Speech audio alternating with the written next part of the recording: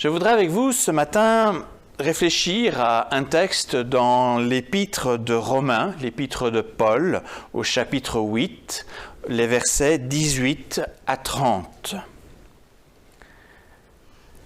J'estime que les souffrances du temps présent ne sont pas comparables à la gloire que Dieu nous révélera. La création entière attend avec impatience le moment où Dieu révélera ses enfants. Car la création est tombée sous le pouvoir des forces qui ne mènent à rien, non pas parce qu'elle l'a voulu elle-même, mais à cause de celui qui l'y a mise. Il y a toutefois une espérance, c'est que la création elle-même sera libérée un jour du pouvoir destructeur qui la tient en esclavage et qu'elle aura part à la glorieuse liberté des enfants de Dieu. Nous savons en effet que maintenant encore, la création entière gémit et souffre comme une femme qui accouche. Elle le fait en solidarité avec nous, car ce n'est pas seulement la création qui souffre. Nous qui avons déjà l'Esprit Saint comme première part des dons que Dieu a promis, nous gémissons aussi intérieurement en attendant que Dieu fasse de nous ses enfants et qu'il délivre nos corps de leurs souffrances. Car nous avons été sauvés, mais en espérance seulement. Si l'on voit ce que l'on espère, ce n'est plus de l'espérance. Qui donc espérait encore ce qu'il voit? Mais si nous espérons ce que nous ne voyons pas, nous l'attendons avec persévérance. De même, l'Esprit Saint aussi nous vient en aide parce que nous sommes faibles. En effet, nous ne savons pas prier comme il faut. Mais l'Esprit lui-même prie Dieu en notre faveur avec des gémissements qu'aucune parole n'est capable d'exprimer. Et Dieu qui voit dans les cœurs comprend ce que l'Esprit Saint veut demander, car l'Esprit prie en faveur des croyants, comme Dieu le désire. Nous savons que toute chose contribue au bien de ceux et celles qui aiment Dieu et qu'il a appelés selon son projet. Car Dieu les a choisis d'avance.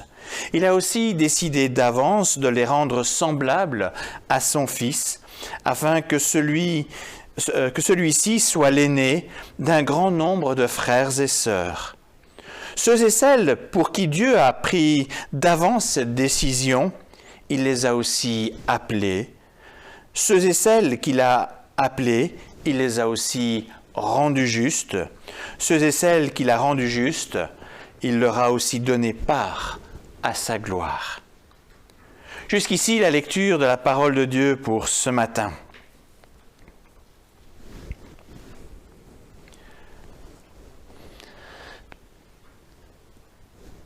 Cela fait maintenant plus d'un an que nous sommes touchés par cette pandémie qui provoque souffrance, incompréhension, tristesse, crise, injustice et deuil. La lassitude s'installant, on sent un vent de révolte qui monte face aux mesures qui touchent tout le monde à des degrés divers. On gémit tous de ce qui nous arrive et on se demande quel est le sens de tout cela? Combien de temps encore? Que faire pour traverser cette lourde épreuve? Que choisir? J'entends et je lis beaucoup de réponses données à ces questions, réponses qui vont finalement dans tous les sens. Mais relevons quelques réactions qui ne sont pas neutres à l'égard de la foi chrétienne. Premièrement, je constate que certains se pressent à parler de la fin des temps toute proche, en oubliant un peu vite que Jésus lui-même a parlé de sa venue comme d'un événement de la fin des temps. Cela fait en fait 2000 ans que nous sommes dans une période que le Seigneur appelle fin des temps. Et nul ne sait quand Christ reviendra. Ce n'est pas une pandémie qui répondra à cette question. Que ce soit demain, ou dans longtemps, nous devons l'attendre avec la même espérance joyeuse et la même persévérance.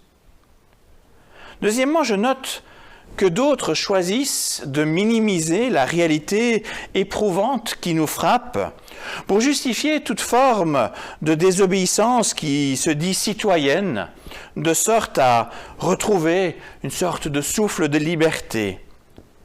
On aspire tous à retrouver une vie normale, et c'est tout à fait légitime.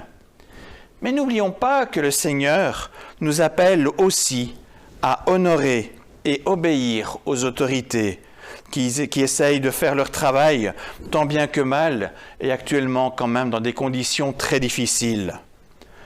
Par ailleurs, ne perdons pas de vue que nous sommes dans un État démocratique où toute autorité est soumise à l'approbation du peuple par un vote régulier. Cela limite très sérieusement les risques d'abus d'autorité à grande échelle. Troisièmement, je déplore aussi une attitude un peu plus discutable. Quelques-uns s'expriment comme s'ils étaient eux-mêmes de grands spécialistes avec des paroles pseudo-scientifiques pour se substituer au monde médical en préconisant tel ou tel remède ou en déconseillant telle ou telle thérapie. Et cela en oubliant que Dieu nous fait la grâce de nous donner de nombreux savants vraiment compétents sur ces questions pour nous aider à faire face aux souffrances rencontrées. Il va de soi que le monde chrétien doit s'impliquer dans un débat éthique au niveau médical. C'est une évidence. Toutefois, cela ne s'improvise pas.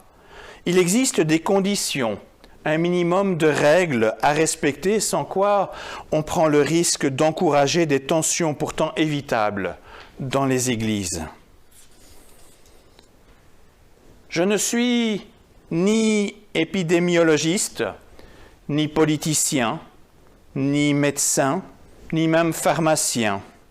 Tout comme la plupart de vous, je dois exercer mon sens critique jusqu'où j'en ai les moyens.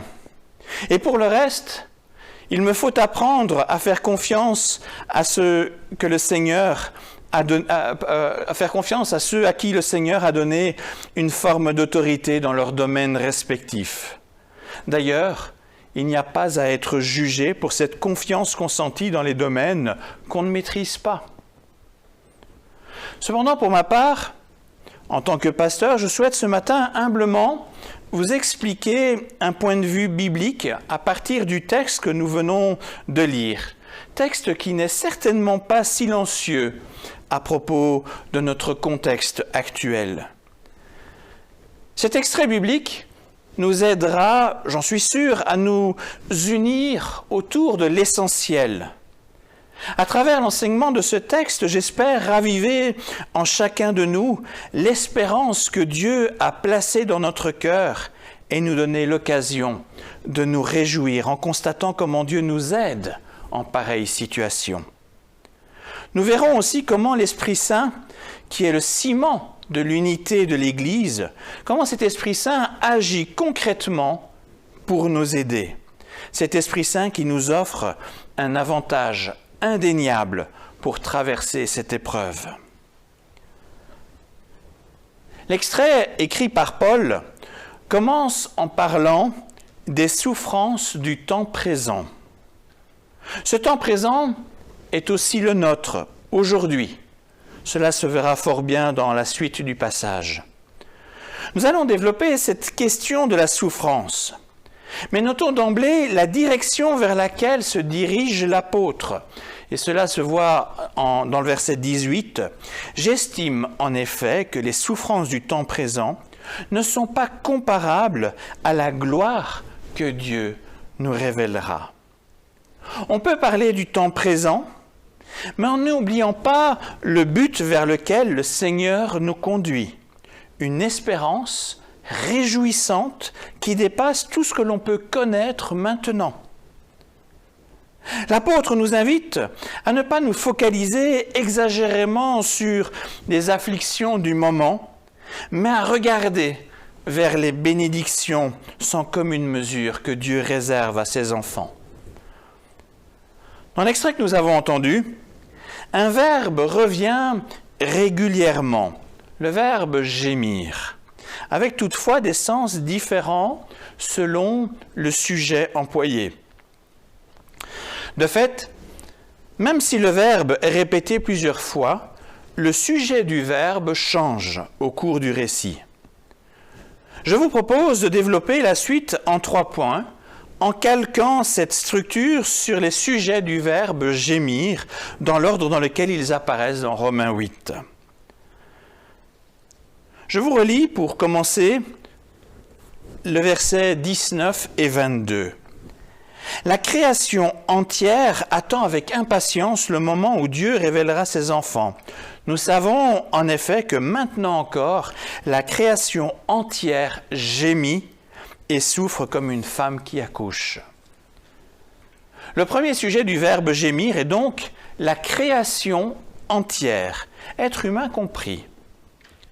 L'apôtre Paul donne ici le sens du verbe gémir en le comparant à la souffrance de la mère qui accouche. C'est à la fois une souffrance très intense, une souffrance éprouvante, une souffrance qui dure un certain temps, parfois long. Mais il y a aussi au cœur de cette souffrance l'impatience de voir l'enfant, de le prendre dans ses bras et d'éprouver une joie indescriptible. Mais pourquoi la création souffre-t-elle ? On en trouve l'explication les plus évidentes tout au début et tout à la fin de la Bible. En Genèse 3, 17 et 18, nous apprenons que la création est maudite à cause de la désobéissance de l'être humain. Et en Apocalypse 22, 3, nous lisons au sujet de la nouvelle création, « Il ne s'y trouvera plus rien qui soit frappé par la malédiction de Dieu. » Ces mots attestent donc la malédiction qui pèse effectivement sur la création actuelle. La nature, comme nous la connaissons, n'est plus la même que celle créée au départ par Dieu. Elle a besoin de renouveau, de quelque chose d'autre. Bien évidemment, la nature peut être magnifique à bien des égards. Il n'en demeure pas moins qu'elle est malmenée par la manière dont les êtres humains l'exploitent et par une forme de solidarité avec l'être humain devenu mortel depuis son rejet de Dieu. Cette solidarité se constate dans les paroles de Paul qui évoquent l'attente de la création pour le moment où les enfants de Dieu seront révélés. Par effet de solidarité, ce qui se passe dans la création dit quelque chose de la relation entre le Créateur et les êtres humains. Le pouvoir de mort du coronavirus nous renvoie bien évidemment à la réalité de la mort qui frappe tout être humain. La création est magnifique pour nous rappeler le doigt de Dieu qui l'a créée, et pourtant, elle nous terrifie aussi parce qu'elle est désormais maudite et source de souffrance. Et la pandémie nous rappelle cette triste réalité. Et nous avons raison de gémir, comme le reste de la création, devant cette anomalité. Or, de même que la création gémit dans l'attente d'une nouvelle situation, dans l'attente d'une délivrance, en tant que chrétiens, nous pouvons aussi exprimer notre ardent désir d'être délivrés à tout jamais de ces souffrances, de ce qui nous cause tant de mal. Au verset 20 et 21, l'apôtre Paul écrit « La création est tombée sous le pouvoir des forces qui ne mènent à rien, non parce qu'elle l'a voulu elle-même, mais à cause de celui qui l'y a mise. Il y a toutefois une espérance, c'est que la création elle-même sera libérée un jour du pouvoir destructeur qui la tient en esclavage et qu'elle aura part à la glorieuse liberté des enfants de Dieu. » Le destin de la création est lié à celui de celles et ceux que Dieu appelle à devenir ses enfants dans une liberté glorieuse. Ainsi donc, c'est bien comme une femme enceinte qu'elle attend le moment de la délivrance, le moment de la nouvelle naissance où toute malédiction prendra fin pour être remplacée par les bénédictions du Dieu créateur plein d'amour. Et toujours à la fin du livre de l'Apocalypse, voici ce qui est dit au sujet de la nouvelle création à laquelle nous sommes appelés à appartenir. Il n'y aura plus ni mort, il n'y aura plus ni deuil, ni lamentation, ni douleur.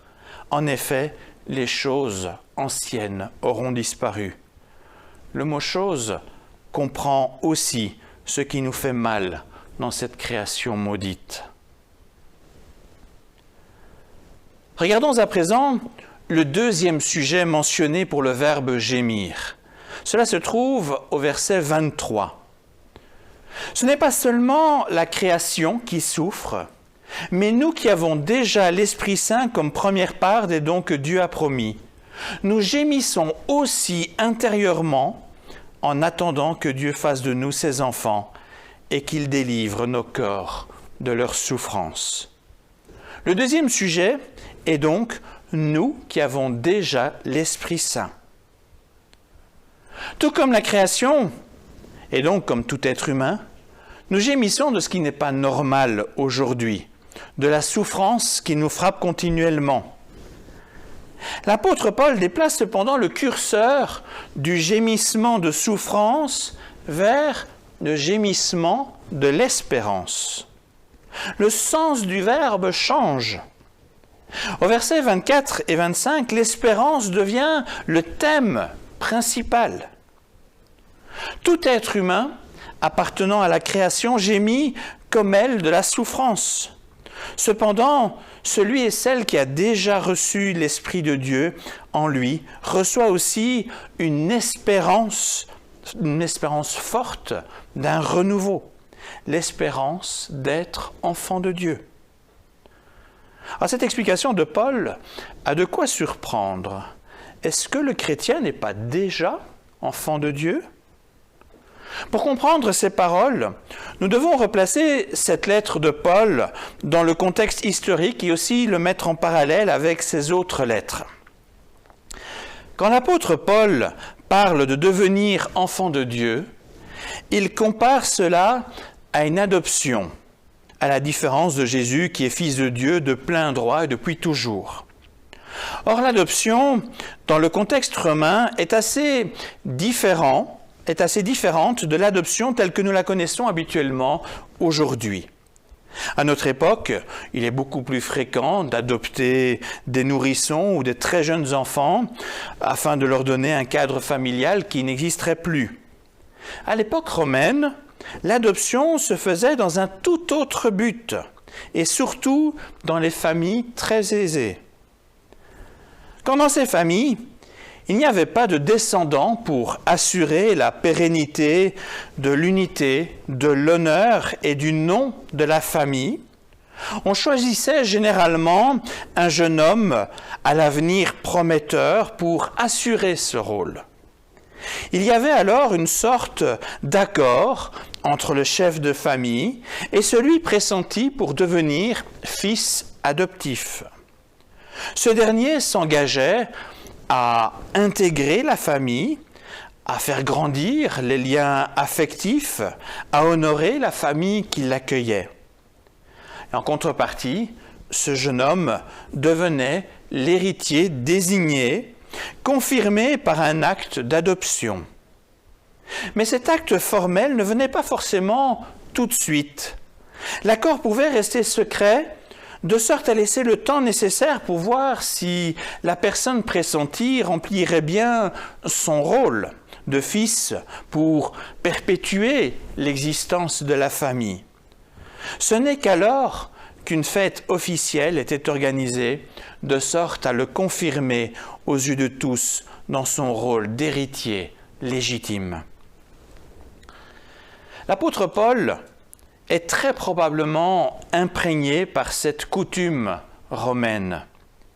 Et il y voit une illustration de la situation du chrétien qui a déjà la promesse du Père qui lui permet d'espérer de devenir enfant de Dieu, mais qui attend le moment venu pour être pleinement confirmé dans ce statut quand il sera invité au banquet royal dans le royaume des cieux.